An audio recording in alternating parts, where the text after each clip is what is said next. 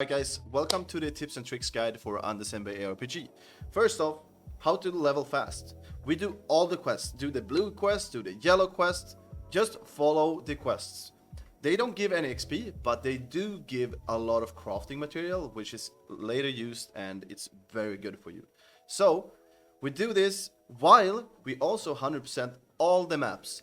When you 100% the maps, you will not only be at the level you need to be, but you also get the completion rewards, which are very good, which we'll talk about later. So do this, and it's the easiest way to level up, just 100% everything.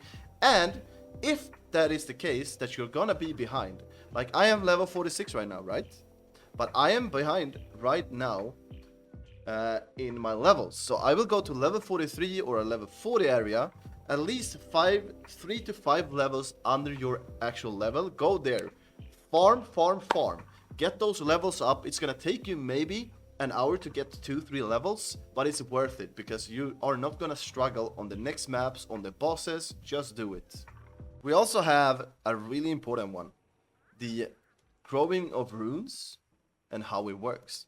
So if you go into the rune growth here, we can see that we can put a level 1 rune here, right?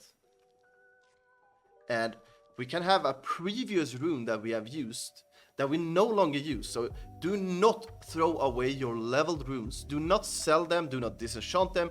Keep them until you can level another rune. Because if you see, if we want this rune right now, just hypothetically I want this rune, but I don't want this rune. We put that in there and it's gonna be around the same level as this rune. So as you can see, it's level 1 now. I put in the level 12 rune, it's level 11. So it's gonna be around that level. It's always gonna be a bit behind, but it's gonna save you so much of these like elements that you put into the skill runes, right? So do not sell your skill runes. Use your remaining and runes that you're not using. Use them to level up your other runes. This also does work for your linked runes. So do not throw away your linked runes either. Okay? Save them all and do not waste them. The next one is about Zodic and stats. If you go past Act 5, you are going to have to pay a respec fee, which is in a huge number, right? Which is a huge number. This is basically all the gold I own. I don't have 250k gold to spend on respecking. So for you, as a tip, if you want to experiment with your build, do so before finishing Act 5.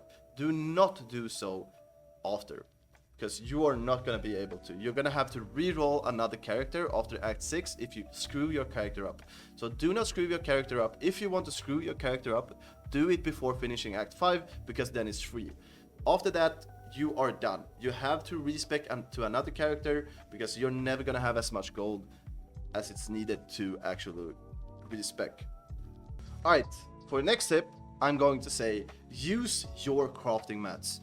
Do not just hoard your crafting mats, because it will take you 100 hours to get to endgame, right?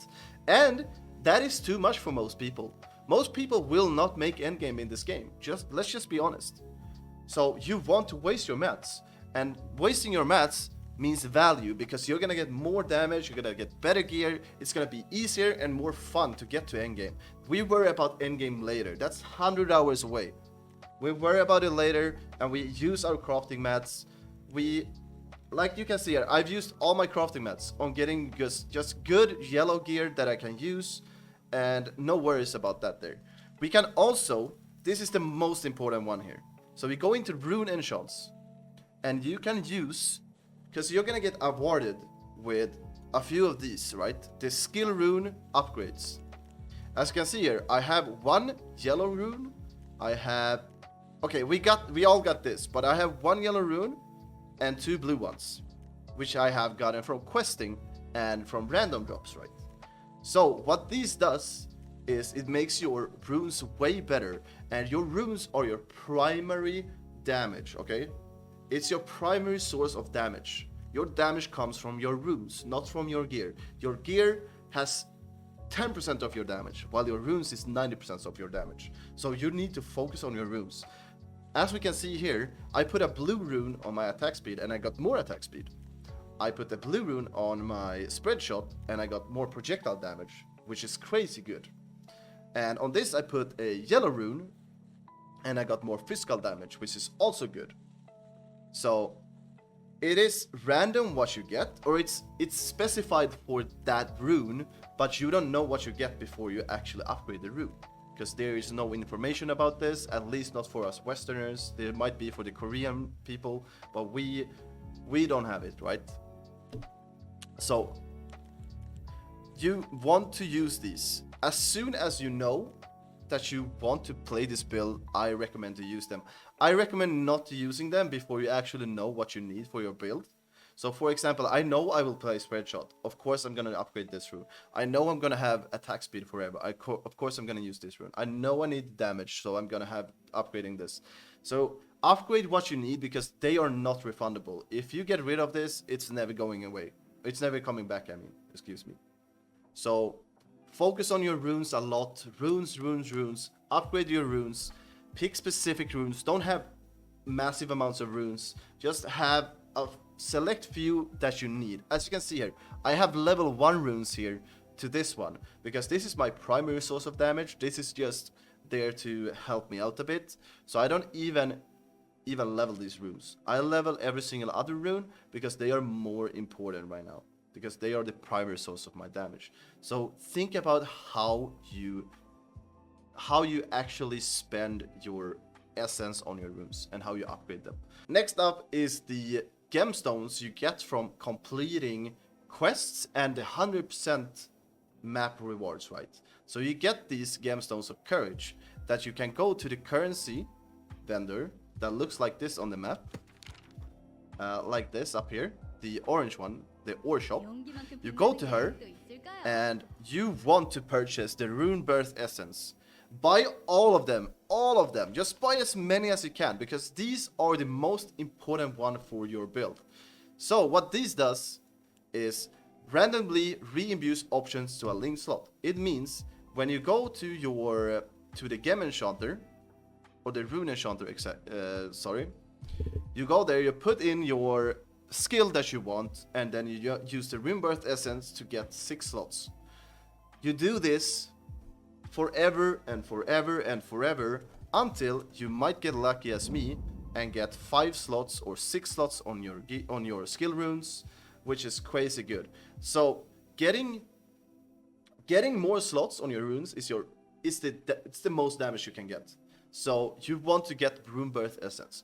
Everything else, get rid of that, don't buy it. Get Rune Birth Essence and start re-rolling your skill runes. Get those 4, 5, 6 links. That's all you need to do with that currency. Do not save that currency, just use it. Because you're gonna use this spell. If you know you're gonna use this spell, like I know I'm gonna use Spread Shot in 50 levels, you just go for it. There's no need, because you can use this from level 1 to level 100. So there's no need to save those Rune Birth Essence for something else. Just use them. That's the easiest way to get more damage in this game. Alright, the next tip is the Rune Vendor. As you can see here, we are in Act 6, so we have all the skills available for each class already. But when you progress to the acts, you will get more and more and more and more skill runes. So when you're in Act 1, you're gonna have 3 for your class maybe. When you get to Act 2, you're gonna have 6.